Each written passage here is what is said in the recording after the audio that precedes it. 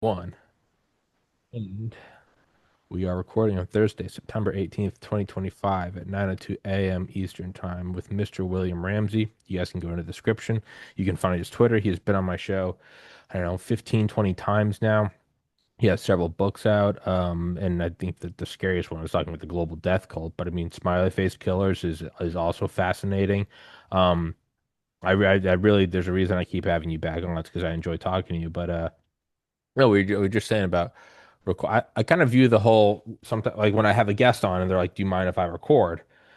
My logic is, and it's not the same. This is not the same logic for the smooth brains of like, well, that's like saying the First Amendment doesn't matter because you got nothing to hide. No, no, no, no, no, not that.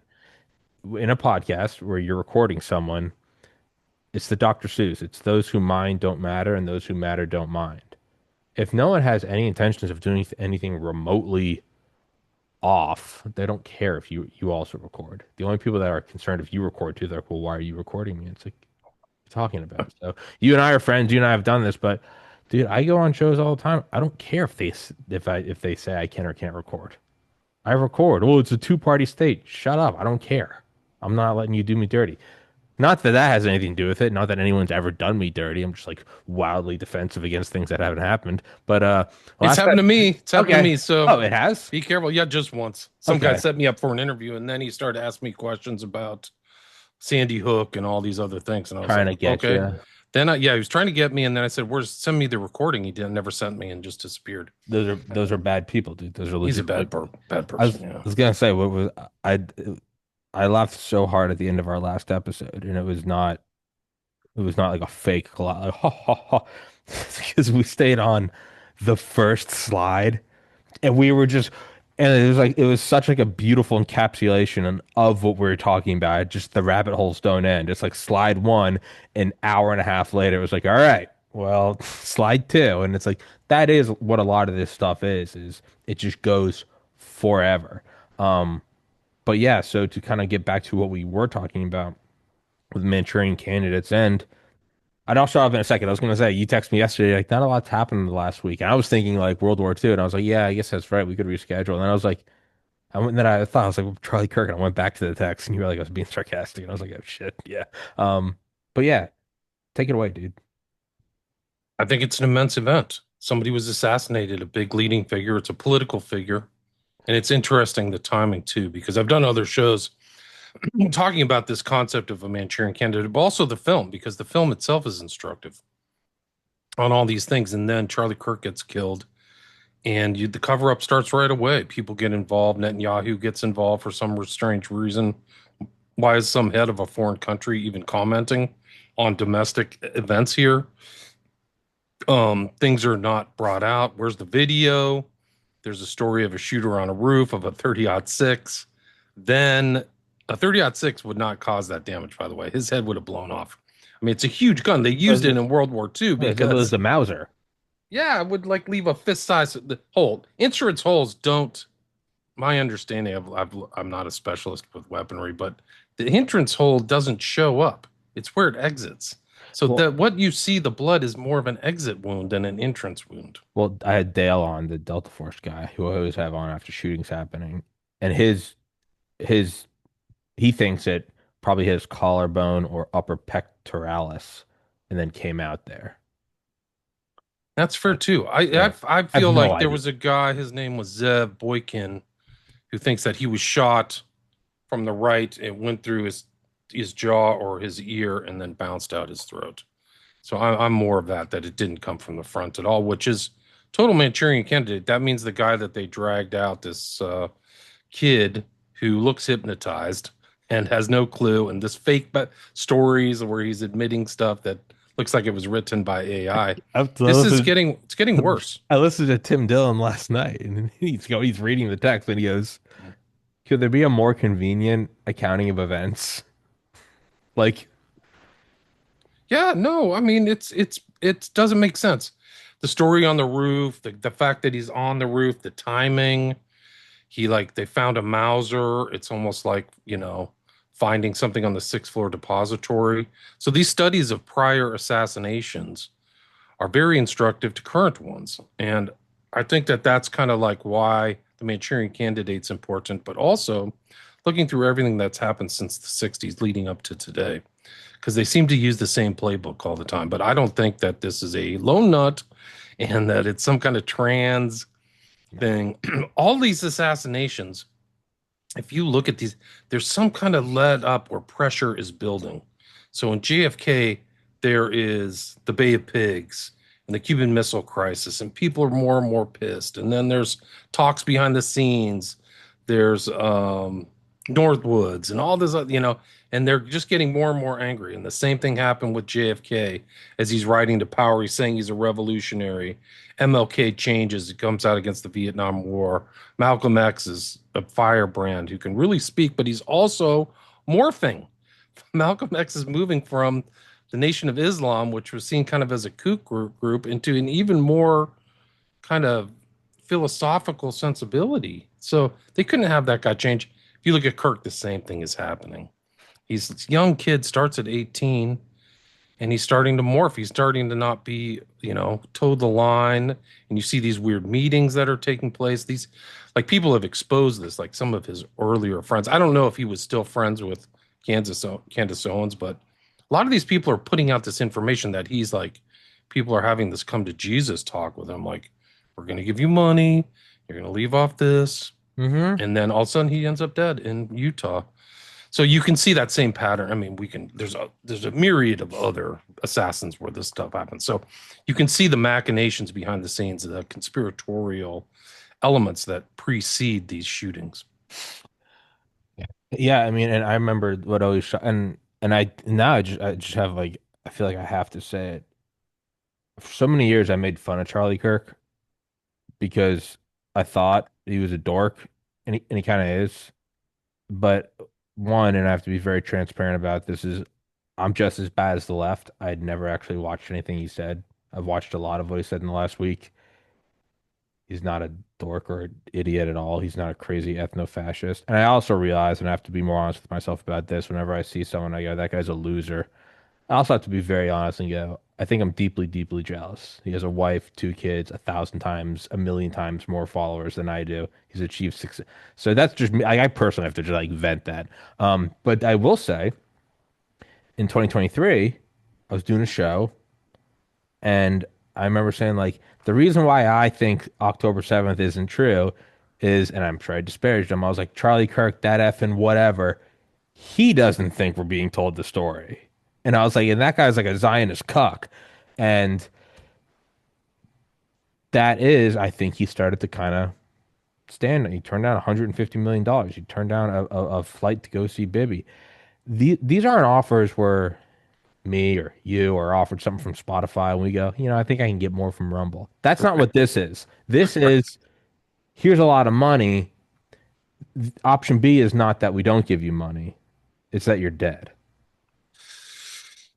It's pretty incredible. And he was in a very rarefied air. Like, I mean, I Air think that Force One, meeting with world leaders. talking about no Iran influencing people, he was he's a cultural and political figure. I Absolutely. I think the revenues of Turning Point were like 80, coming up to $80 million a year. It So was, yeah. 150 million isn't that great of an offer. If you look at the standard kind of calculation of a business is how much revenue they accrue over 8 or 10 years. Like this guy was on the ascent. He's only 31 too. So it's the guy is super duper young, man. Like he was just getting wound up. Possible presidential contender. I think A just 1,000%. tall, 6'5", Yeah. charismatic, had all the background of like a right wing influencer, Christian, all that stuff. So it's just so crazy. He Like, never did the slam dunk debating of that's what you get, you yeah, fucking libtard. It was always like agree to disagree. Hey, thanks for coming by. And I said this to my buddy the day it happened. I said, who? Because you can always, if you really want, like, Russia could nuke New York right now, but we're going to nuke them back, right? There's only, with some things, CIA, tertia, optio, the third option, right? First option is diplomacy. Second option is open war. Third is a shadow, wet work. You make it as plausibly denied as you can. Multiple people giving orders, even the whole chain of command is foggy. But you also have to go. if through the worst luck ever, this somehow gets back to us, are we can we take this hit? And with lower things, we could kill Soleimani. Let's say we tried to do that stealthily. If it came back to us, it's bad, but it's not the end. I think along those lines, Charlie Kirk was probably the highest, most influential figure that a foreign power could kill. That if it came back to them, if they somehow their fingerprints are on it, wouldn't turn into open war. You go for a senator, a cabinet member, Elon Musk, Bezos, Zuckerberg, you're looking at a potential legitimate like aircraft carriers are moving to you. I think Charlie Kirk is was the highest figure, other than maybe Rogan, that somebody could kill, and if it came back to them, wouldn't result in open war. And that's my 2 cents on it. It's interesting. So I think those calculations are taking place. I really Of do. course. So I think like that's it. Like get him before he gets into power because he's not on board. Um, and it just shows all this stuff, how these people have to be. There's been this huge background. It's not just Charlie Kirk. It's Candace Owens and Tucker Carlson have come out as critics, and they're more independent. If you remember the movie The Parallax View, that's how the first assassination takes place, which is the senator gets up and says, I'm now an independent. And some people say I'm too independent for my own good. And then the shots ring out. And so this kind of independence outside of the stuff. And Parallax View actually ties into Manchurian Candidate and this whole kind of assassinations of the 60s process. And it kind of popped out because Beatty is actually friends with Frankenheimer, who directed um, Manchurian Candidate. It was part of their kind of salon, their group, their intellectual left wing kind of entertainment group. It's another great movie. It's actually one of my favorite movies, The Parallax View. Came out kind of later, 73 or 74, but it's about a patsy and it's political assassination. And I think that Kirk was yeah, this and it's also the kind of curtailing of freedom of speech. One of the intro you mentioned Kirk as being kind of a dialogue person and not a gotcha person because that's very common in the kind of new media. But if you really watch them, I mean, the left always likes these like infantile labels of racist or transphobe or all these other things. But he's actually pretty easygoing. And a lot of these people, like the whole racist trope, is just not really fair for him. He had tons of friends, Candace Owen. If he's a racist, he's not doing it right because he had a lot of African American buddies and a lot of gays too. Like, so this he wasn't. These labels don't apply to him. They're fake, and the left needs to kind of grow up and you know they're only going to lose credibility over time just by these ridiculous labels that they place on people. But Charlie Kirk was good. Now he was pretty damn smart and had money and like it's just like an incredible event. It's a very important event, and it's not something that I would have expected either. Like that was he was the target. I would have figured. I know Crooks and Ruth and these are patsies probably, but like going after Trump is what I would have expected, like another shot at him. But I guess you go after the weak link. He had Well, tons of security. I think his security failed because that whole place looked like a freaking target range. Like there was every roof available. Like who set that up? Why was he there? How long was he? How long did people know that he was going to be there? That's like the question I asked. Like I'm scheduled to be at Utah on September 10th, notifying you in June. Well, I that's think it when was. people. I think it was a cross country tour. Right. So then people knew he was going to be in that place in time. That's a huge tactical mistake. I guess you had to do that if that was your shtick. That was kind of his shtick to show up at these Well, colleges. yeah, no, it was. It wasn't. And the guy I had on Dale, that his thing is, and he goes, I'll give him credit. And Dale's a critic. He's the youngest ever member of Delta Force. Most Delta Force members, it's like 35 and up after 10 years of serve or combat. Dale was in it at 23. He's a fucking psycho. He said he would give credit to their security. He goes, I've seen he had been following Kirk for a long time. And he goes, but you don't keep the roof open like that. And he made a good point.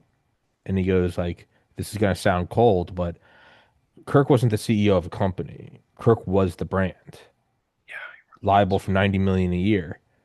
They'll put some. They're gonna try, and to their credit, they're gonna try. But it's the turning point that it dies with Kirk. It might take a while, but it just. I don't mean that in any bad way. It's just you can't put in somebody else for Joe Rogan experience. It's the dude. Correct. It's And so true. his thing is, he goes, well, they probably have a very huge insurance deal on them. What the insurance companies are going to want to do, and Dale knows this because he had done private security for billionaires in Hong Kong, they're not just going to shell out whatever their insurance policy was. They're going to get their experts and go, what was the security deal? They're going to almost like a, medical malpractice lawyer. They're going to bring in a Dale who does know this stuff. Right. They're going to go, why was the roof not covered? How long was it known? Blah, blah, blah.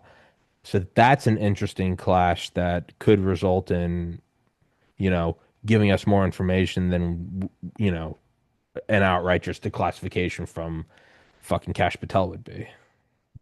I mean, Right. I wouldn't. Cash Patel's clearly to me lying about the Charlie Kirk stuff. He's lying Like, about everything.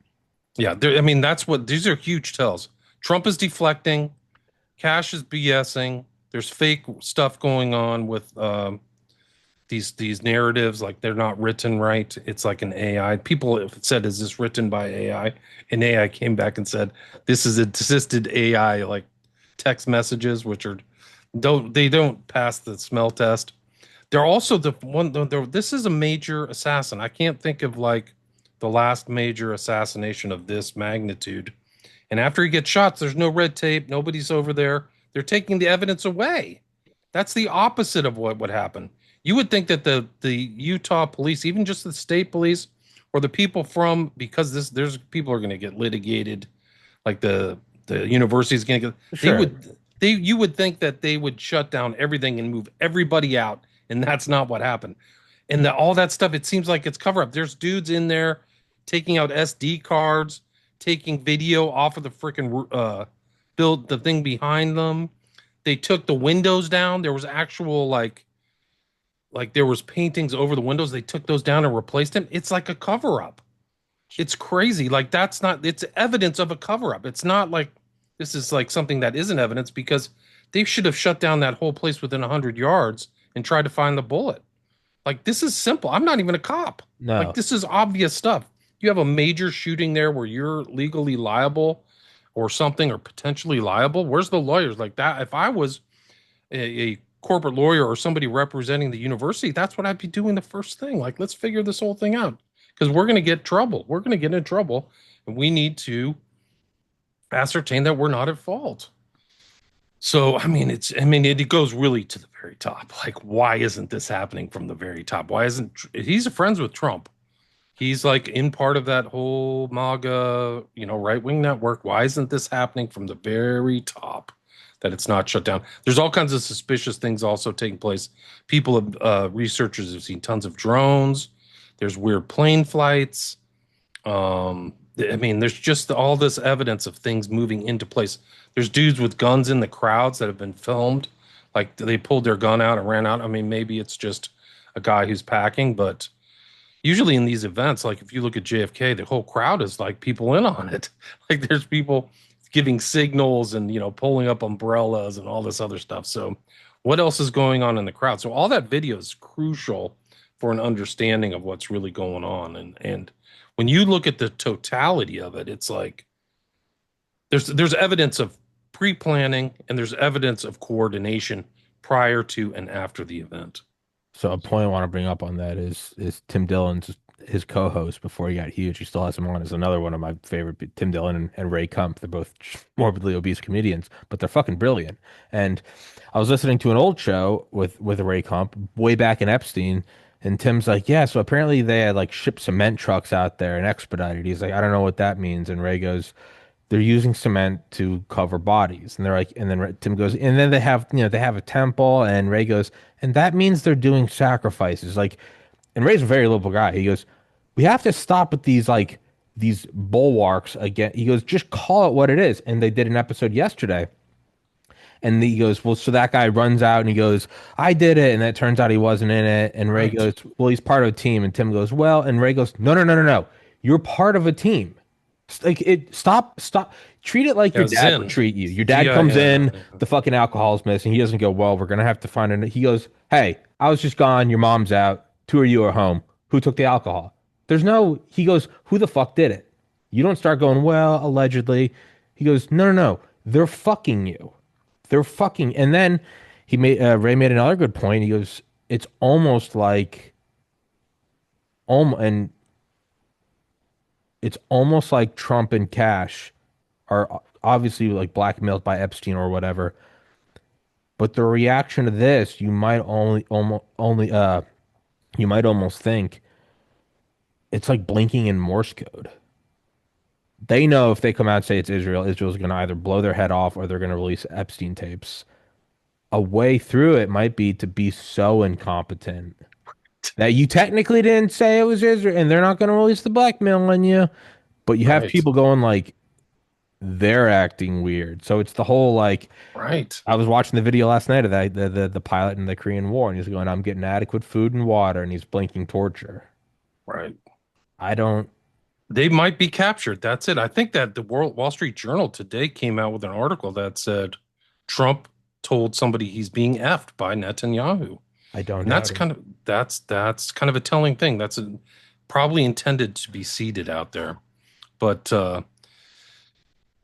that Zinn guy was really kind of a giveaway. I don't know if you know this, but in the JFK assassination, they had this kind of epileptic guy who, 45 minutes before the shot that killed JFK or shots, um, he got out on the street and had an epileptic fit, and all the cops came and all the paramedics came and took him to the hospital, and then he jumped off the gurney and ran away.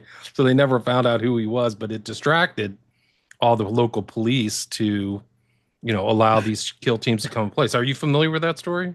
No, but I mean, even this, when we look back and we go, yeah, Jack Ruby comes out and shoots him, we go, how obvious is it that it's an inside job? And then you always have to extend some empathy and be like, well, they didn't have the internet back then. So it didn't. But it's like, this is happening now. How obvious is it? The guy comes out and goes, I did it. And his reasoning it was my quote, it was my instinct to say I did it. It doesn't make any What? sense. It doesn't make any sense. I'm going to fill up my water Share this bottle. sound. Tell, Okay. tell Let everybody me where see to if find your Twitter, and then I'm going to shut up, and then we're going to get to the slides. no, let's watch this video first. Let me see if I can share this. There it is. All right. Can you hear the audio? No, Can you hear the audio? no.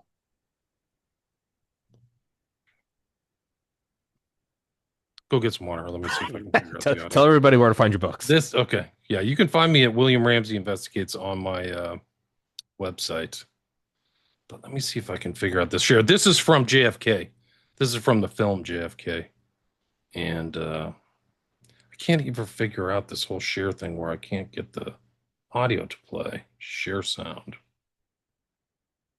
I do want others to hear this.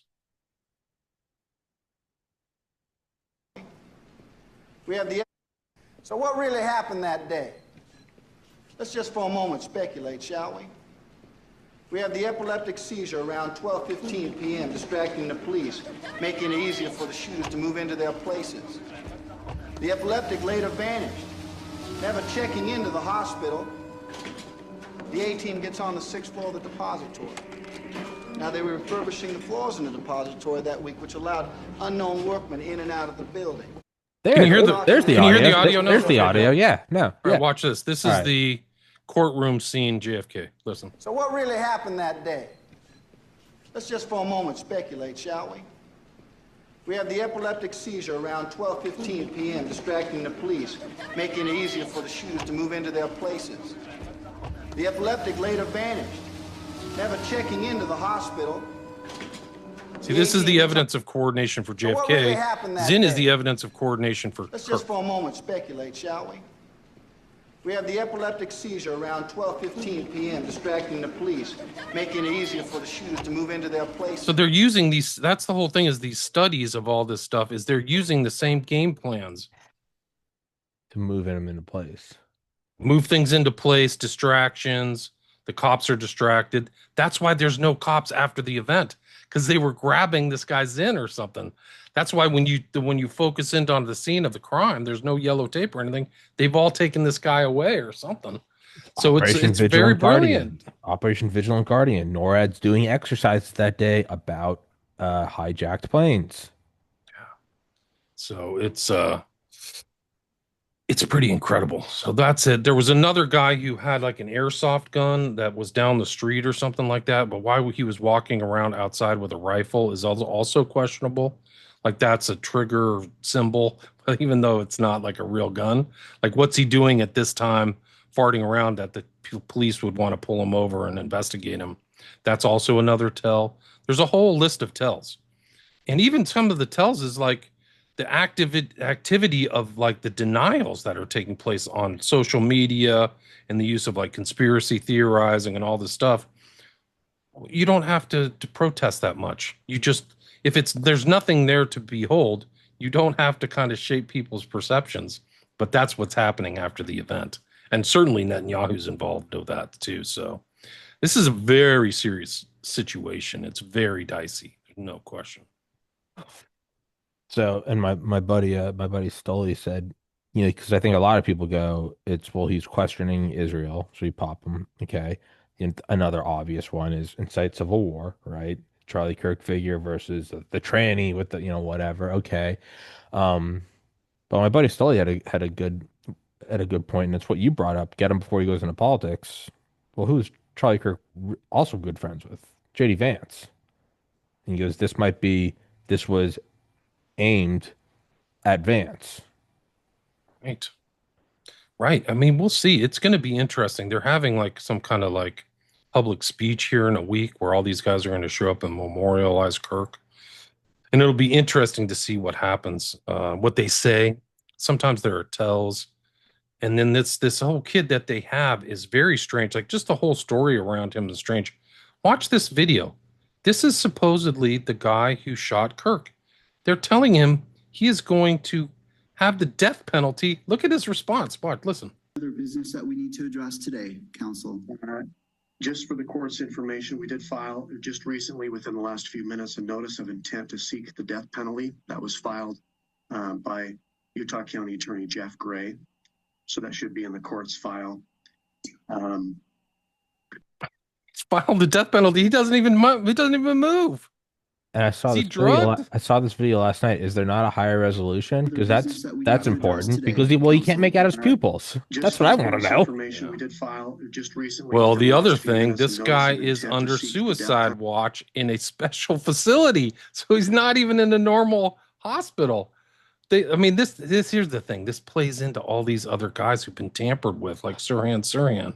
It's not a joke. Look at this. This is like suspect Charlie Kirk assassin under quote special watch in separate housing unit. They can put him through the treatment, and in about 3 or 4 days of sensory deprivation, drugged food, psychological driving, he'll think that he's a Tyrannosaurus Rex from freaking the other side of the universe. Yeah, they'll break his ass. They'll break you.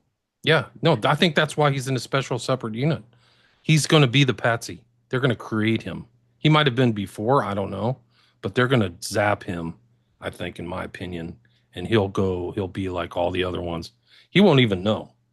Like he'll be like, man, I didn't feel like this before. Now I'm in this jail, and they're telling me I did it, and I don't have any memory. I'm amnesiac, and okay.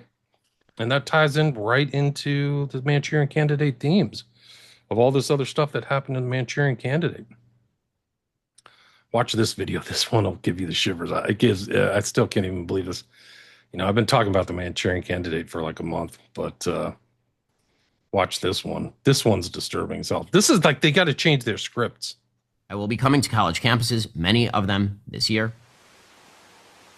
It's been decided that you will be dressed as a priest to help you get away in the pandemonium afterwards. Chun-Jin will give you a 2-piece Soviet Army sniper's rifle that fits nicely into a special bag. We're going to pick up that blood-stained microphone where Charlie left it. You are to shoot the presidential nominee through the head. And Johnny will rise gallantly to his feet and lift Ben Arthur's body in his arms and stand in front of the microphones and begin to speak. We're going to pick up that blood-stained microphone where Charlie left it. Then Johnny will really hit those microphones and those cameras with blood all over him, fighting off anyone who tries to help him, defending America even if it means his own death. We will never stop standing up for what America is and for what she should be. That's not that clever of an editing job, but that's like literal kind of same things. You don't need a clever editing job when the reality is that similar. You don't, it doesn't need to be a Hollywood production.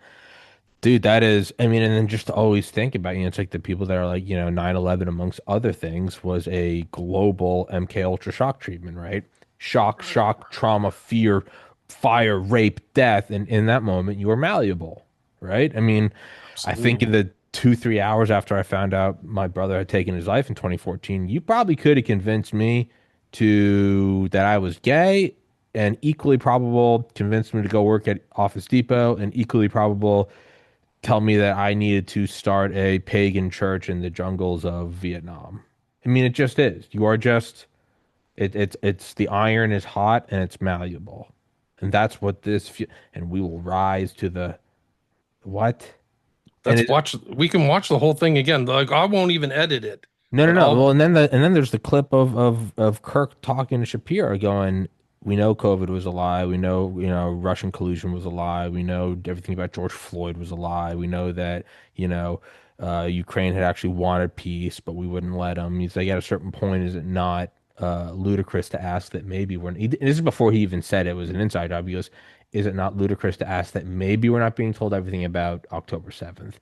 And you can see Ben Shapiro, he raises his eyebrows and gives him this look of just like, Oh, yeah. and it wasn't offense. It wasn't like, how dare you? It was more of like it'd be like if you started coming out and going, "Hey, Tommy, tell your buddy Dale I'm going to kick his ass." I'd be texting you, Will, shut up, shut the fuck up, shut the fuck up. He gave that look. And now who comes in? And we're going to do it. And who is he? Is this another Christian? No, excuse me, this is a Zionist fuck who gloats about the power of Israel and doesn't care about the dissolution of the United States. And I wish we could revoke the foreign citizenship to make Bibi the president. And like, Right. dude. Like that's crazy. Like that's super crazy. These people moved right in. Like that Yes, speech that I saw of Shapiro, that wasn't that's filling a even vacuum. not even within 24 hours of Charlie Kirk. Like have some respect for people who pass, He moved right in like a shark. Like where's the empathy? Like, dude, this is great. Like literally, if you watch it and watch that in context, you'll know something's wrong with Shapiro. Like this is not normal. No empathy for the dead. This is supposedly his friend, like somebody he was in that network with of right-wing influencers, right? He doesn't give anything. He does not care. Well, watch this whole sequence of the Manchurian Candidate. This is like the assassination sequence. Do you have the audio? Can you hear that? Yeah. It's been decided that you will be dressed as a priest to help you get away in the pandemonium afterwards. Chun Jin will give you a 2-piece Soviet Army sniper's rifle that fits nicely into a special bag. 2-piece sniper's rifle that fits into a specialist bag. That's what this shooter supposedly had too. Like this is all tying in, and then they find the rifle and all the stuff. Like the rifle magically comes apart and then comes. The whole story is totally fake, guys. By the way, Dale knows that rifle well, and he goes, "That's not something you can take apart." He goes, "That requires a vice grip and wrenches." He goes, "That's not a normal take the pin out." He goes, "That requires a workshop to break apart." Yeah, that's kind of the tell, is that these guys are lying, but they don't know about the mechanics of these military guns, and that's a giveaway too. Yeah, is that they're lying, but they're giving away. Bob Barr did the same thing when he talked about the Epstein death. Is he was like talking crap about the jail and the mechanics of the jail, but he didn't know that, and people were inside that center, what the MSU or whatever. They're yeah. he's lying because he doesn't know how the jail really works. He's just making some BS line up for the public, which is true.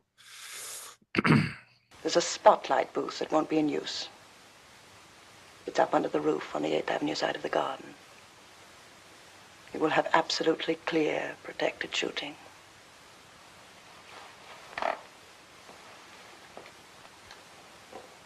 You are to shoot the presidential nominee through the head.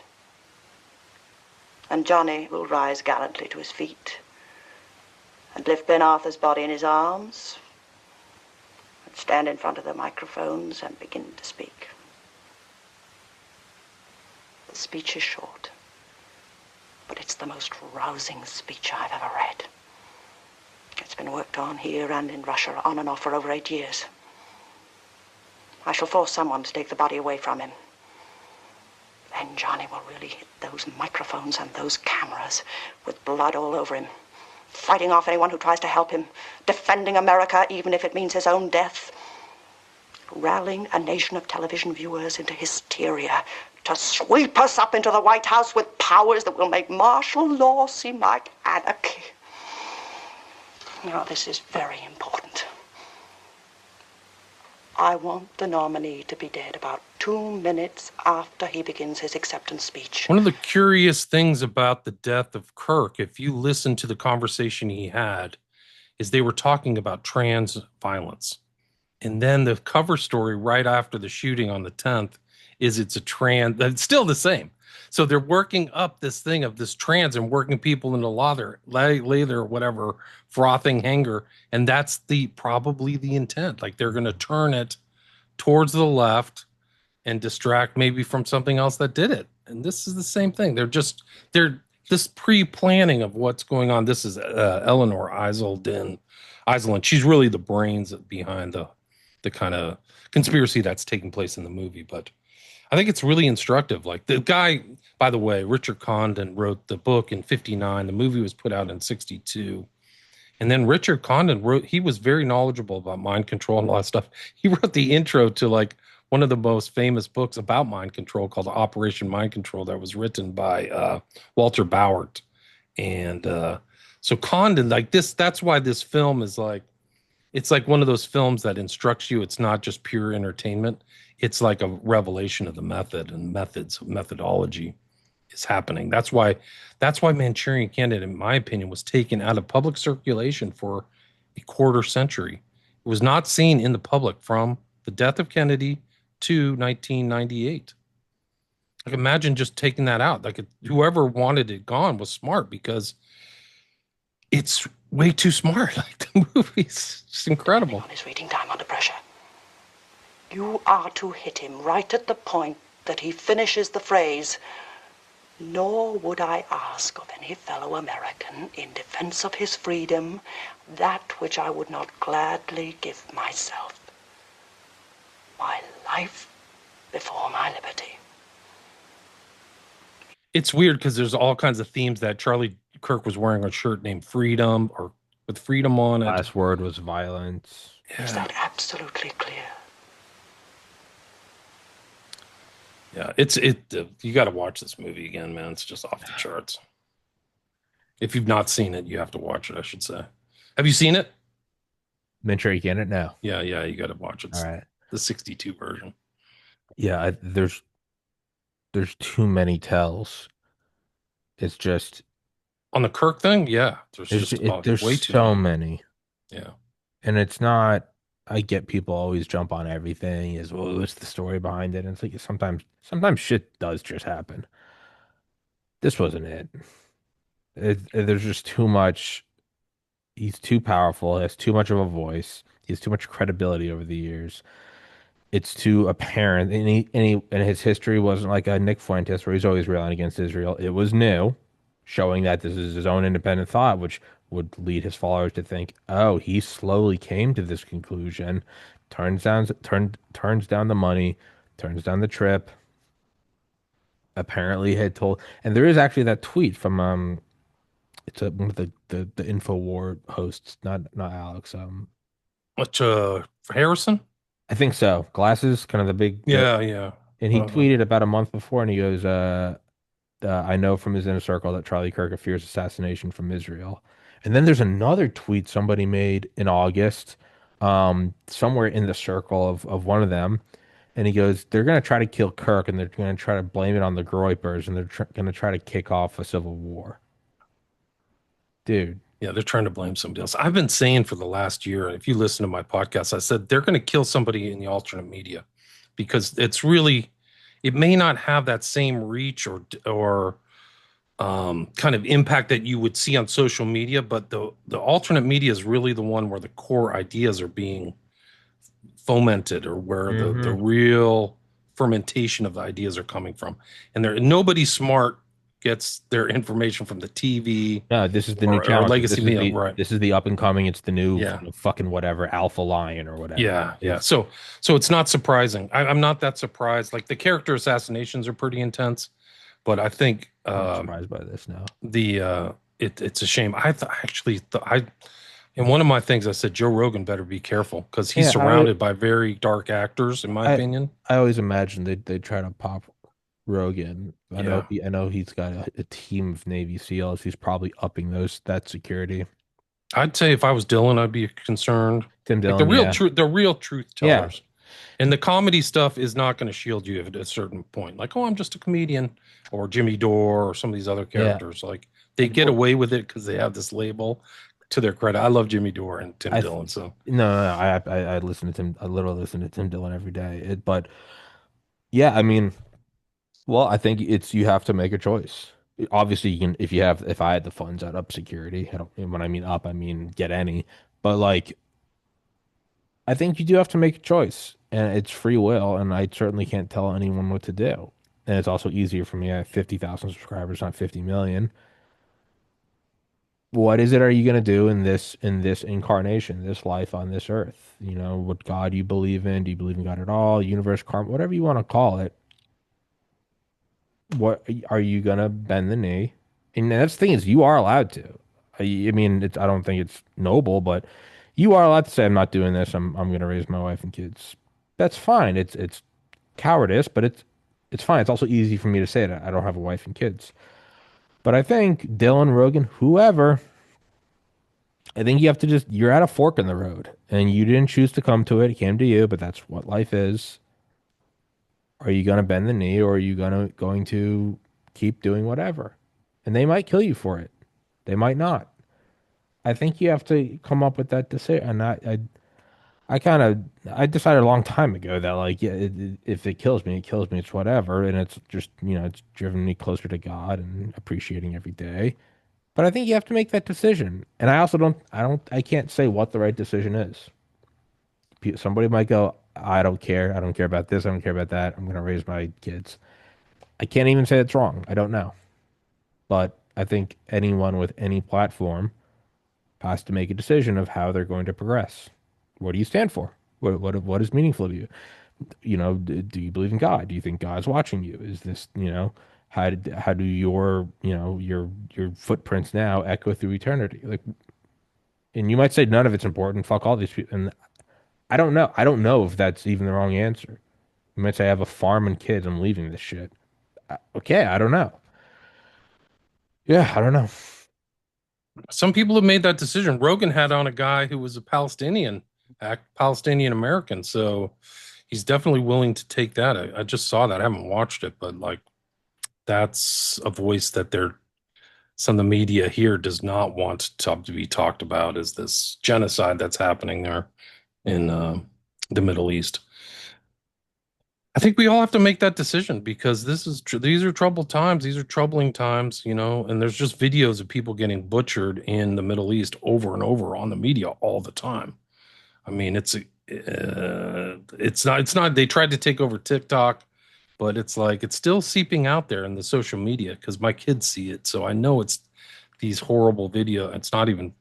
It's really more than, it's actually kind of like almost vampiric, demonic energy of just the constant grind on these poor civilians who aren't Hamas. It's just such a transparent lie and garbage. It's a slop lie for losers.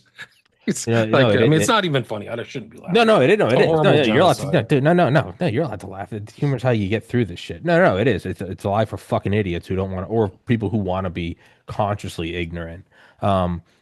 My lot, and it's based on nothing but just my own, game theory in my head, is I've always figured that by the time they're willing to kill you for something, the thing that they're willing to kill you for, so they're trying to shut you up, is because they're doing something that is so bad that it also includes killing you. And a better way to say that is, and obviously 9/11 the story isn't real, but let's just say it is.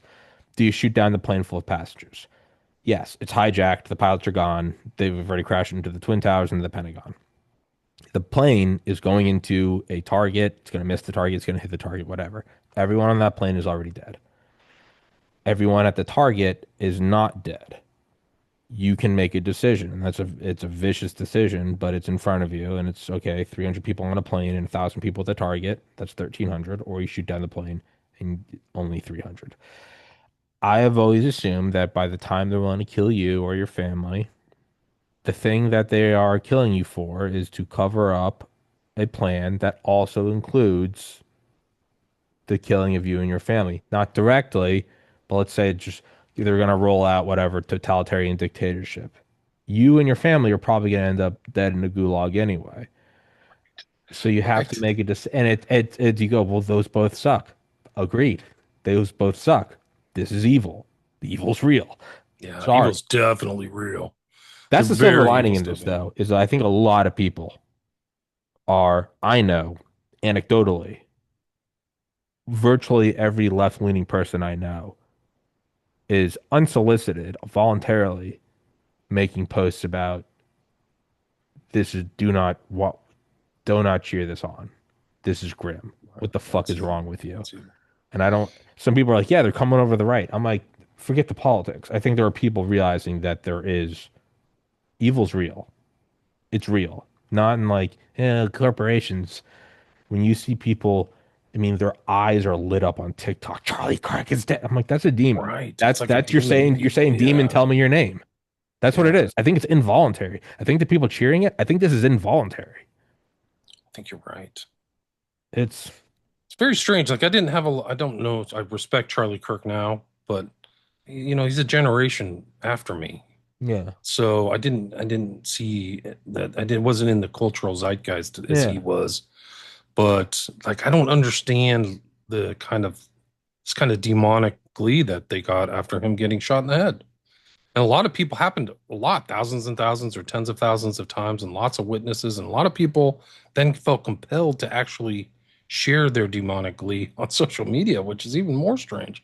Like, I gotta go share how great this is. Like, why do you think like that? I think it's involuntary. I really do. You know what Duper's delight is? Yes, very much. Duper's Yeah. delight, for everybody listening, it's an involuntary reaction of when you get away with a lie.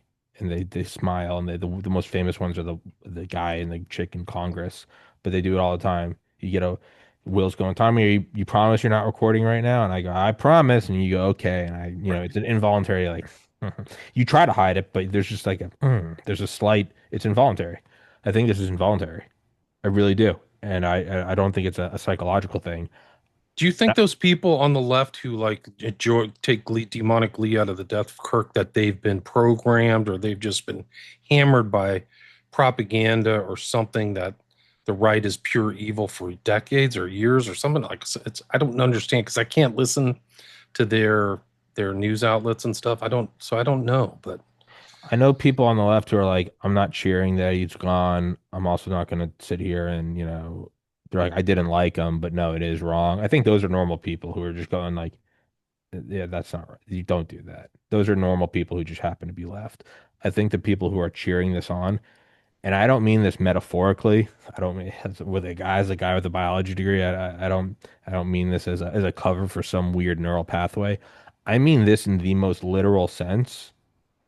I think it's demonic possession. I am fully convinced that there are forces in this world. You can say, "Oh, it's not demons." Maybe you can explain it away scientifically. Maybe in 5,000 years we discover it's some weird form of dark matter and it's actually is a being and it feeds off negative energy and it's not woo woo. I have no idea. I have no idea. But I do truly think this is demonic possession. I, in the most literal sense, and it's not a metaphor. It's not an allegory. I'm not trying to paint a picture. I mean, I legitimately think there are evil spirits in these people. I wouldn't be surprised. One of the quotes from the Bible, the New Testament, that came to me, seeing all these people surrounding Kirk, and some of them are very bad actors, is when Christ said, I think it's in John, and he said, "Didn't I choose all of you apostles myself, and one of you is a devil?" And I kind of got that feeling like the people surrounding Kirk, some of them are very evil. Like, Yeah. he was surrounded by some evil people. I don't think he sensed the level of iniquity that was surrounding him. And that was people who know, like at the very end, the Last Supper, Christ says to Judas, go do what you must do. And the devil enters into him. And actually, Paul said the same thing too. It's in one of the epistles, but there was somebody who's fighting against the church. His name was Hymenaeus Alpha, and he was given over to the devil as punishment. And so, like, that's part of the punishment is you get evil spirit things, bad happen. And Christ is, delivering people from entities from the beginning of his ministry. So this is very biblical, this whole idea that there's some interdimension. I mean, the Bible's interdimensional, good and bad, right? Because you believe there's a heaven and Christ is in another place. He's listening to you for your prayers, or God is. And then there's also a bad place where bad, and that's actually strangely kind of plays out in a lot of cultures, even that aren't Christian, is the kind of beneficial spirits and then negative spirits. Almost, I don't know if there's a culture where you find that it's not there, actually. No, I think you're 1,000% right. And I've always said this, that the upside of seeing pure evil is the implication that there's pure good. When you see people who are, and you see it all, people, I mean, everyone I know is saying it. They're like, the Kirk assassination video is graphic. They're like, I have almost a worse feeling watching these people cheer. And you're seeing pure evil. And what you have to extrapolate from that is that unbelievable feeling of surrealness when you see just how dark people are.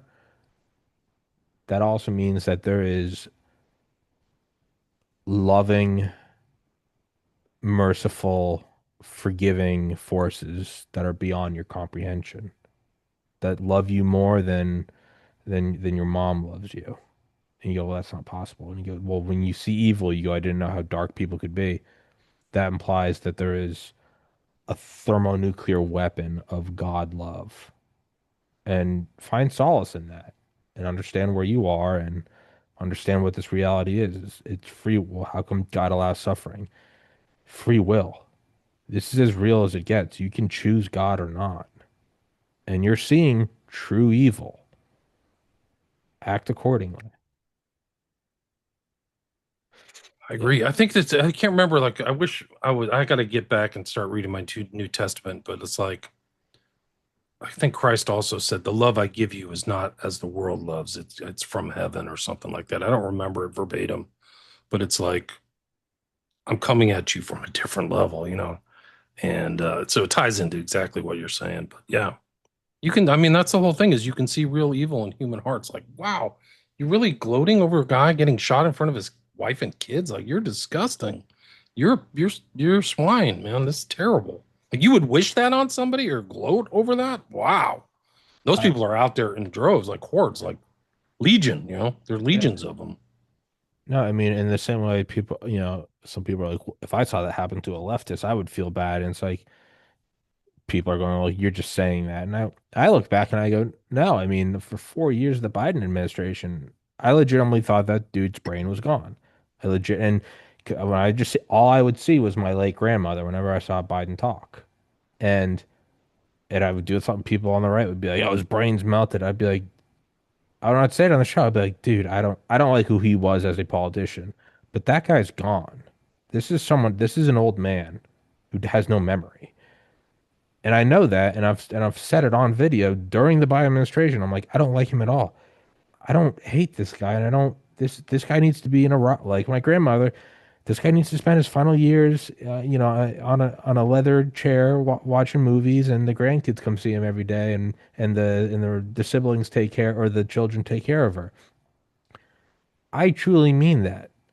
Like, I can't imagine wishing or having glee in that. I really can. And dude, there are people selling 3D printed bobbleheads with blood squirting out his Wow, neck. it's crazy. Yeah, wow. I just, It's so strange. Like, why do you? It's something in the human condition, or I don't know where they digest their ideas, but like, it's us against them. And that's kind of the contrary. The Christian thing is like, love your enemies, look for the fault in your own eye, take the mote out of your own eye. Like it's really self-focused. Like you're probably the problem. No, Like if absolutely. you really read Christianity, it's like you're probably figure it out yourself. Because if you once you get done and it's not you, then look around. But it's probably you, like one of the seven deadly sins. But like I don't think some of these people are exposed to that. I mean, you almost see like this lack of like self-awareness or self-analysis. That's weird. Like that's why they would do something like that. It's like nobody said, Joe, maybe you should sit down and meditate and think about how you can make yourself a better person and, change and upgrade, maybe more empathetic, maybe more thoughtful of others, maybe do charitable works. Like it's like they never got that or something. Like to me, I mean, I went to Catholic school. Same. So like that's what you get drilled into you, whether you like it or not. Like literally ruler, like you get swatted with a ruler. Yeah. You drilled into you, No, which no, is really true. Like my Oh no, I know. first grade sister Mary or whatever, man. If you were paying attention, man, you get the ruler, and your parents would be like, "Yeah, hit him again." You know, Like, fourth grade in New Hampshire, Sister Lorraine, she'd fucking crack your knuckles. dude, you Straight up. This is my you life. paid This isn't even attention. like back in the day. This is my life. Yeah, no, it wasn't a job. I mean, so we had different varying levels of toughness, but like some of those sisters were not, they would not Oh, mess around, man. It wasn't a joke. I don't think it's just an absence of that. I think that I think there's a choice. I really do. And I don't know what the quote is, but it was something like the devil would rather rule over hell than to ever admit that maybe God knows better. And it To really serve in is. heaven too. I've heard a Yeah. variant of that. And some people, it's like, dude, they would rather. It's pride. I'm right.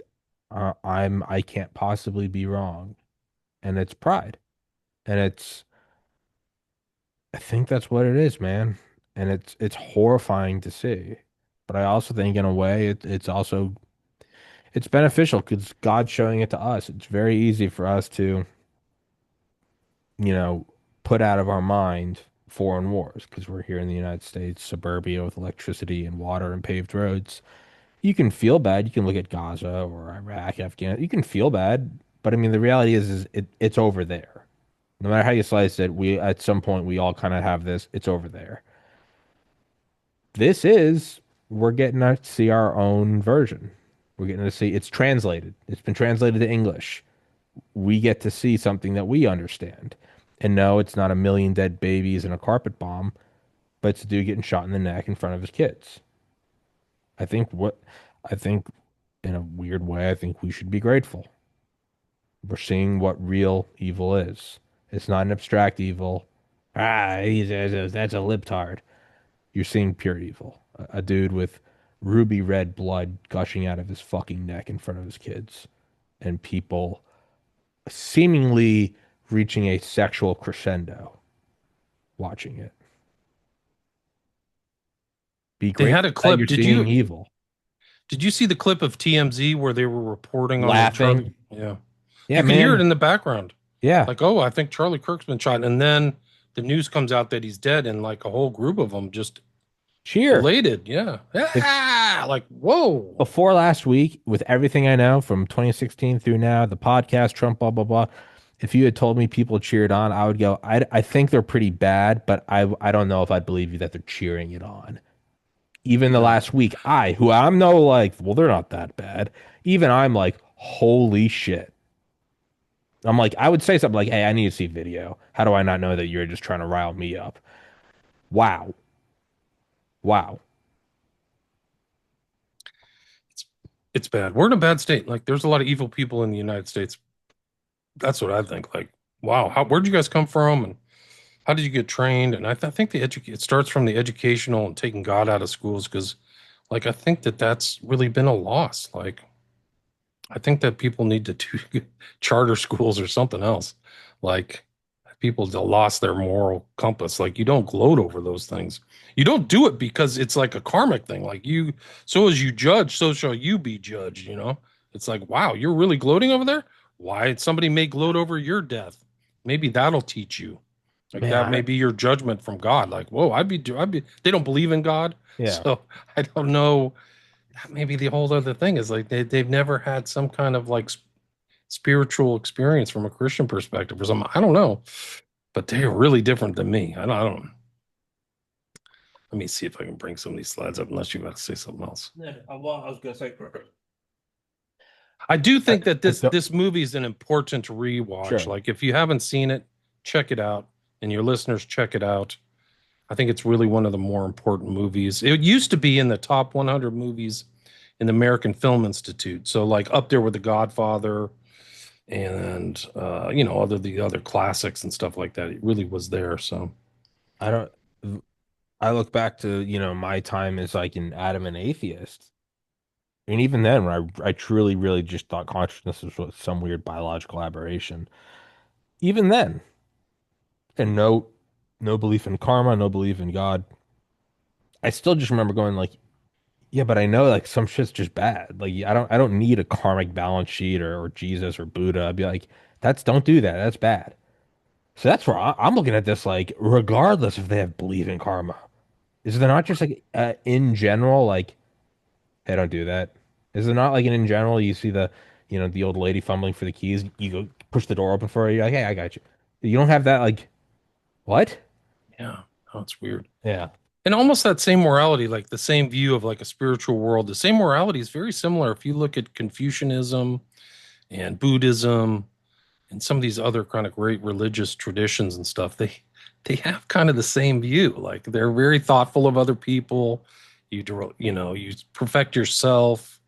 You don't have pride, and you're humble. That's like almost all the Yes. kind of priests of Gautama Buddha. They're all like that. The plain clothes. So you see these similarities. The clothing may be different colors, orange, or a priest wearing black, but hopefully if they're following it, they're kind of renounced a lot of the pleasures of the world, hopefully, and simple clothing. And you just see the similarities through everything. So it's really, there is a universal, I'm not really a perennialist, like I'm a Christ over everybody, Hmm. but I do believe that there is a natural underground morality. And I also think that a lot of that spiritual morality has been secularized. So, like, we live in a place where all these people were Christians, and then they said you can just look in a political system by itself, but it still has that same freedom of speech, is allowing for somebody else. You're thinking outside yourself. Okay, I'm granting you this freedom or these other freedoms from the state. These are principles for looking out for somebody else's well-being, so they're not being searched and seized for something else. So you see that same kind of outside of yourself morality planning for somebody else. And that's the basis of a lot of laws and things like that. So it really does come from a spiritual outlook. It really is. 100%. Just so many. The reason I got back to, for people who don't know, back to the Manchurian Candidate is there's been so many assassins and strange assassins they didn't come out and say, I am leaving a manifesto, or it wasn't obvious, or they had underwent a real personality change. And so I just kind of listed them here in this presentation. This is my most recent iteration, but it's basically crooks who we don't know that much about. We know that his parents, I did a show, one of his uncles, they were like deep statists or people who were involved in the military industrial complex. Ruth, strange smiling, like, I'm going to go kill the president. Oh, hey, I'm fine. Like weird stuff, kind of like Mark Chapman, but like moves around in strange ways. Mangione moved all the way from like Oahu to like New York to commit his so-called crime. Same thing as Chapman, Oahu to New York. Holmes, whose eyes look disconjugate here. I don't know what happened to him, but this guy was brilliant, man. He's a very smart guy. And somehow he underwent some personality change, and his parents are very much into the, deep state. I don't know what I'd call it, but all of a sudden he's involved in this horrific shooting in Aurora, Colorado. Hinckley, from a rich family too. His dad said that he was very popular and athletic when he was younger, and all of a sudden he got interested in Jodie Foster and Catcher in the Rye. This is from this year. So Livelsberger and Jabbar, also, this guy ended up both like Fort Bragg connections. Livelsberger ends up in Las Vegas underneath Trump's golden obelisk, whatever, monolith, and blows up his car, supposedly. Like, that's the whole story behind him is really suspicious. And then Jabbar gets the desire to drive down Bourbon Street and run over 15 people in a truck based upon some kind of terrorist magazine. But Manchurian Candidate came out in, like I said earlier, 1959. That's Richard Condon, really smart guy. But even the visuals and stuff like that in the film are kind of portray this kind of shattering of the mind. And you see that here with the Queen of Diamonds and the kind of broken glass or broken mirror effect on top of it, which is really kind of it. Like the poor guy who's running the whole play thing, or who's the central character, is Raymond Shaw, who's been basically brainwashed to become a programmed assassin. That's the whole theme of the show. One of the interesting things about the book is that the main evil character who I showed earlier, that was played by Angela Lansbury, she is based, according to Condon, on Roy Cohn. And if you know Roy Cohn, like, he's kind of Trump's influencer or consigliere, or like, and he was involved in blackmail stuff and just all kinds of really dark elements of things. But this, for people who don't get what Manchuria, it all comes out of the Korean War. The Korean War was 1950 to 53. After World War II, the country was strafe bombed to like smithereens. There was literally nothing left.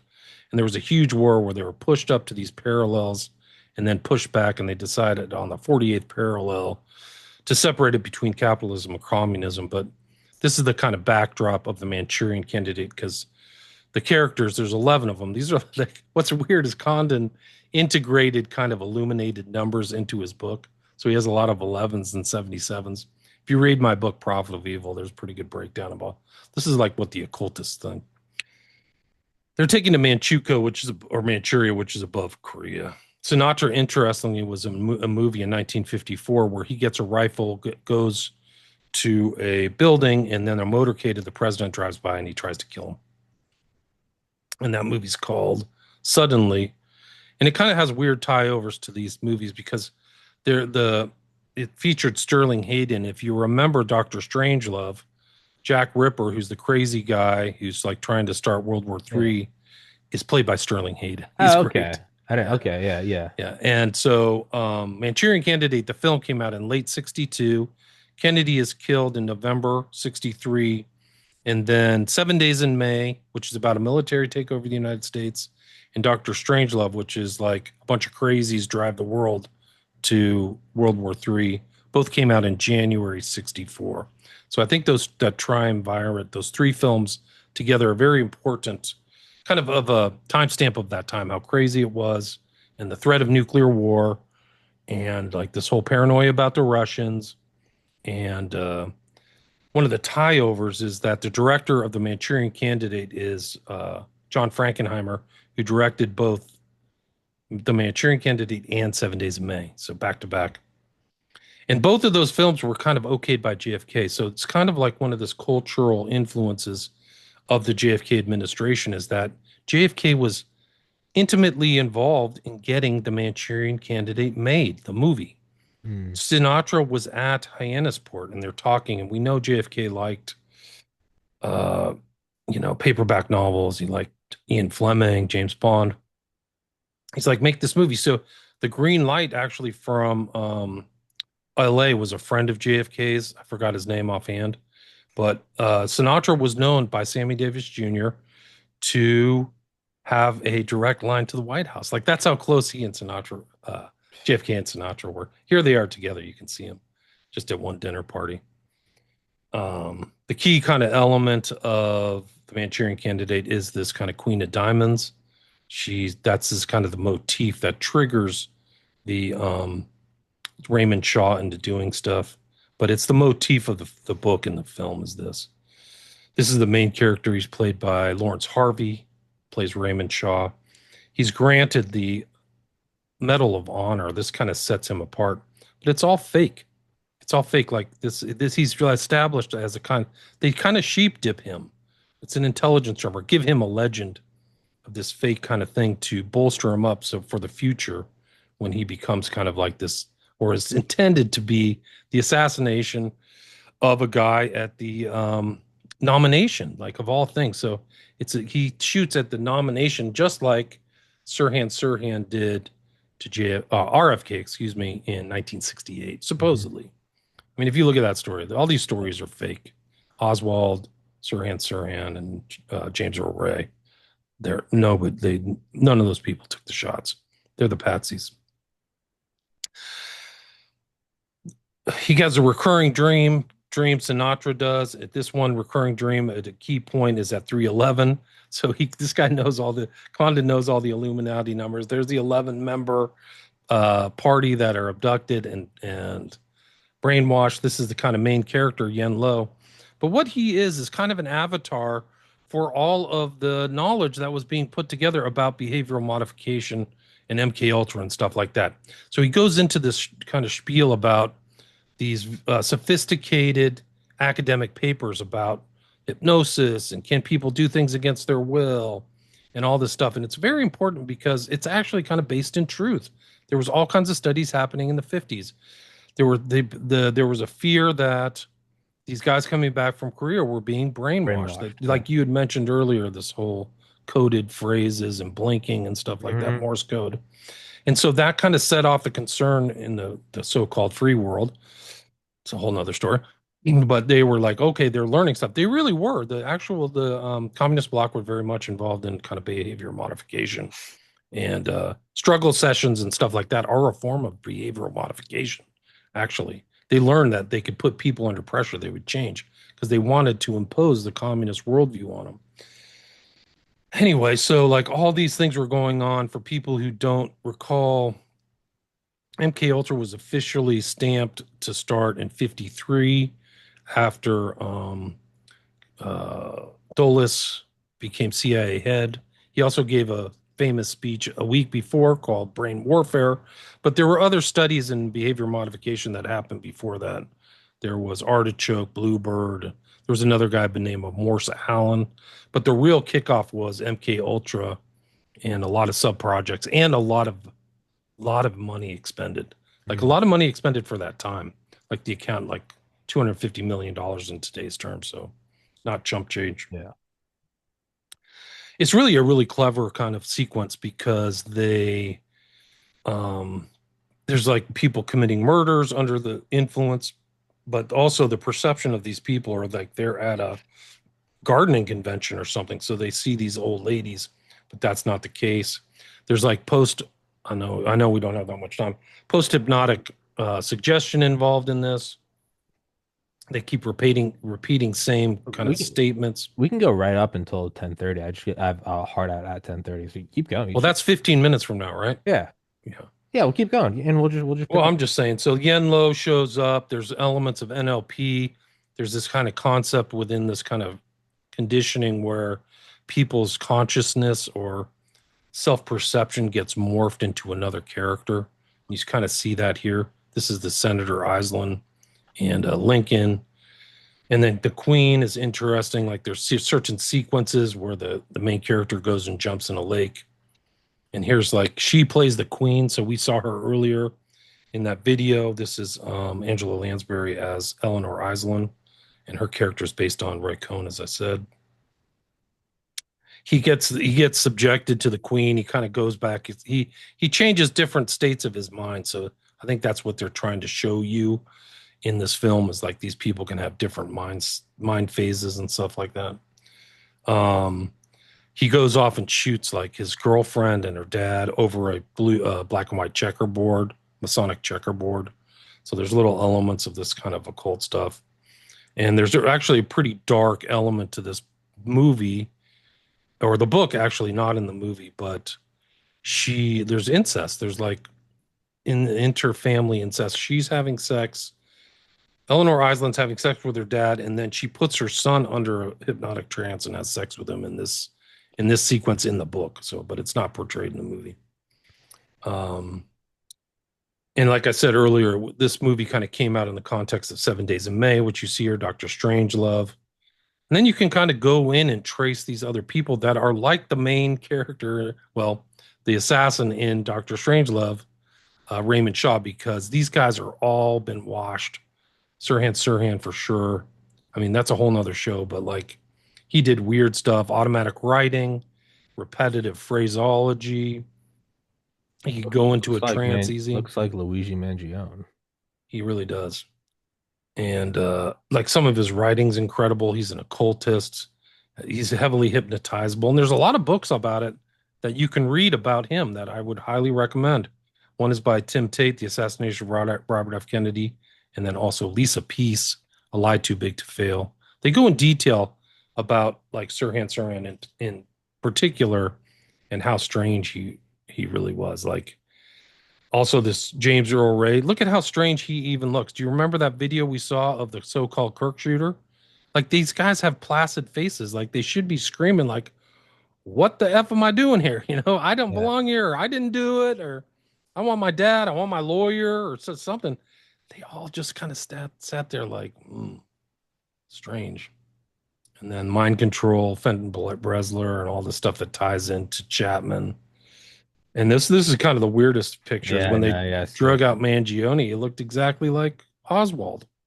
So check out the Manchurian Candidate. It's good. But we can do a whole show on Oswald because he's very strange. And what happened after the Manchurian Candidate came out in 62 is almost like Oswald's playing out this kind of character of, I don't think it's intentional, but he's playing out a character within the time frame that's within the Manchurian Candidate. Because Oswald is at Sugi Air Force Base working on U-2 spy plane type stuff.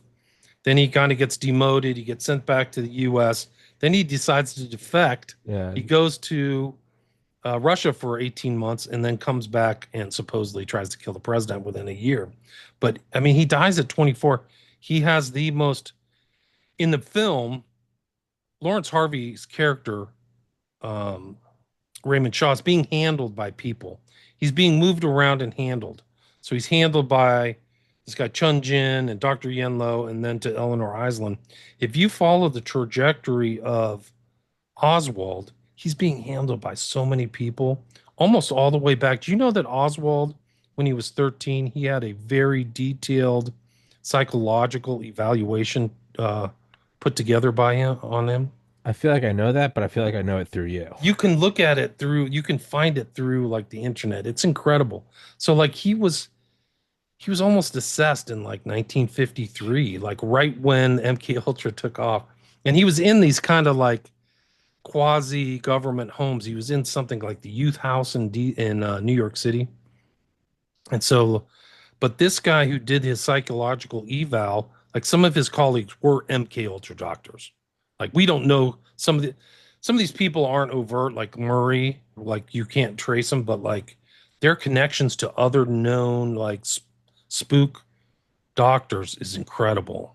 But that's kind of the thing about Oswald is he has this detailed psychological analysis. Then he goes to New Orleans. He joins the Civil Air Patrol and comes under the kind of quote guidance unquote of David Ferrie. When at a very early age, there's pictures of them together. And then he's like moves around. He becomes under like Raymond, like the whole thing about the Garrison investigation, if you remember, he was trying to establish a nexus between Shaw, Ferrie, Bannister, and Oswald, right? Because Oswald was supposedly a lone shooter at the time, right? He just like was some rage-filled ex-com or wannabe communist, right? But Garrison's like, well, he's connected to very well-known anti-communist figures, and I'm trying to prove it. That's why he went after Shaw, and all those people, Oswald's around him. Well, you can see it in the movie JFK by Oliver Stone. But the final kind of handler for Oswald was a woman named Ruth Payne. Have you ever heard of Ruth Payne? Yeah, for the name. She was kind of the person who went to New Orleans and picked up Oswald and brought him to Texas, to Dallas. She brought him to Dallas, and she like set him up at the job at the book school depository. So like literally on the kind of shooting grounds or whatever. And there are rumors of her station wagon driving him around and dropping him off. But she actually lived with Marina Oswald, and she just recently passed away. She passed away within the last 2 weeks. Oh.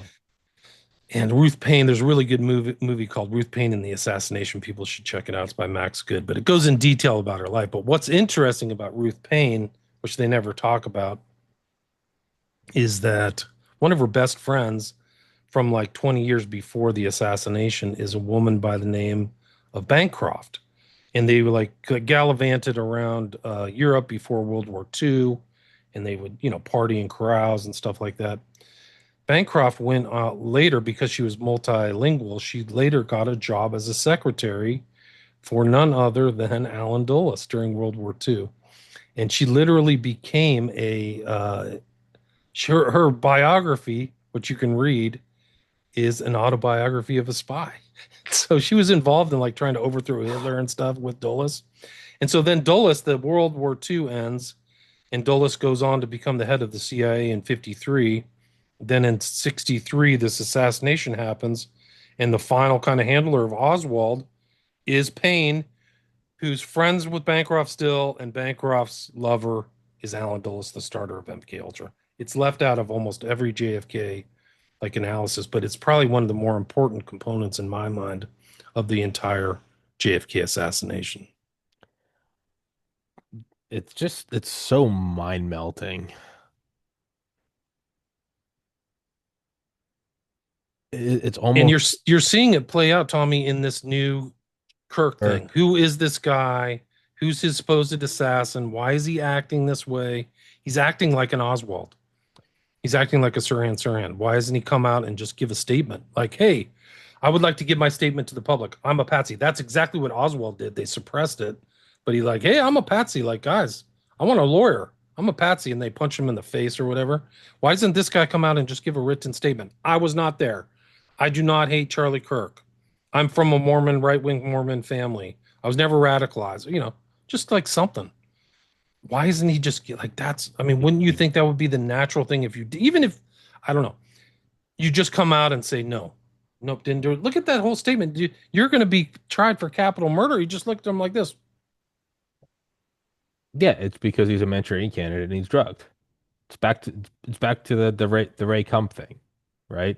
Operation Vigilant Guardian on 9/11, where all these planes are out and they're doing an exercise about hijacked planes. So when planes actually start getting hijacked, the comms are always like, is this real world or is this drill? Yeah, you look at that, you don't go, what a coincidence. You look at it, you go, oh, they're fucking us. Why is this guy doing this? Why is he acting so weird? How come his face doesn't change? Because they're fucking us. No, I don't have the evidence, and yes, you do need the evidence, but I mean, at a certain point, like, no, you're it's where's the alcohol? I don't know, Dad.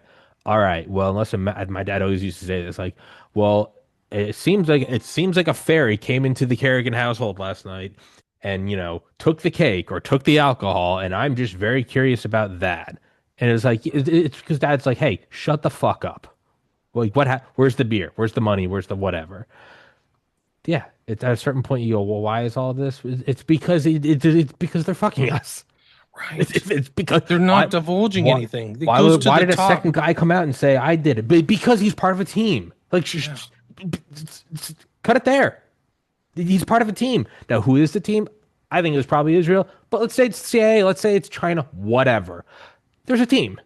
There's a team. It's what it is. So we have to stop with this whole, I mean, for lack of a better word, like low testosterone. Like, well, I mean, we don't know that. No. Yeah. They're fucking you. Yeah. It's bad. It's bad. This is a huge thing. Charlie Kirk's not going to go away. So no, he's not. And yeah, I mean, he's a poor guy. He's 31. He had a long life ahead of him. He's a father with children. So, God will avenge. Vengeance is mine. Thus saith the Lord. But I pity those people who took pleasure in his death. I do too. I pity the people who did this because I do too. Your karmic burden is you have a lot of kindling under your soul that's probably like a mile high. So they need either they are consciously in a dark place and they're hurting, or they're unconsciously unaware of how evil they are. Regardless, they need God. They need good, and I do pray for them. Not in a naive like we should just give them guns and pray. Like no. They do need to be tracked down. If they are involved in this, you do need to be arrested. But doesn't mean you can't pray for them. Doesn't mean you can't pray for the shooter. Justice. Really? What did Garrison say?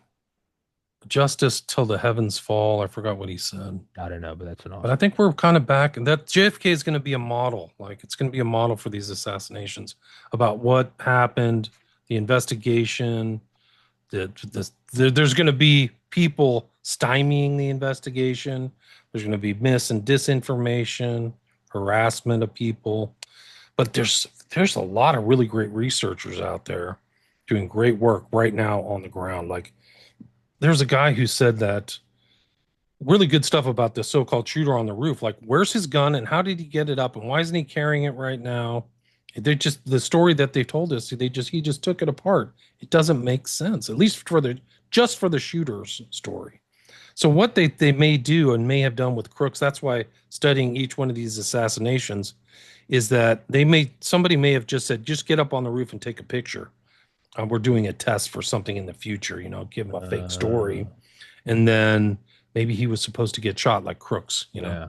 Like I don't think Crooks took the shot. No, somebody else did. Of course not. Yeah. Yeah, it's we'll wrap it up with a quote from Charlie Kirk I saw yesterday. When it was happening, I didn't know what the answer was. I didn't know what the facts were behind the Russian collusion, what the facts were behind COVID, what the facts were behind Israel and Gaza and Ukraine and Russia. But if the story doesn't add up and you're a moderately intelligent person, chances are your gut is right. And I think that's how we have to look at this. I don't have the answers, no, and I certainly can prove this in a court of law. It's not adding up. Trust your gut. That's what it is. So It's not adding up. No. With that, Mr. Ramsey, we're gonna wrap this up. We'll absolutely do another one. Yeah. Should be up tomorrow. We can just go through the assassinations because I got stuff on James Earl Ray. Let's do them all. I have another Hypno Oswald thing that ties into this, and then also Saran. So. Let's do it all. All right, peace. Thanks for having me. Great to talk to you. Your time, guys. Peace. Thank you for watching.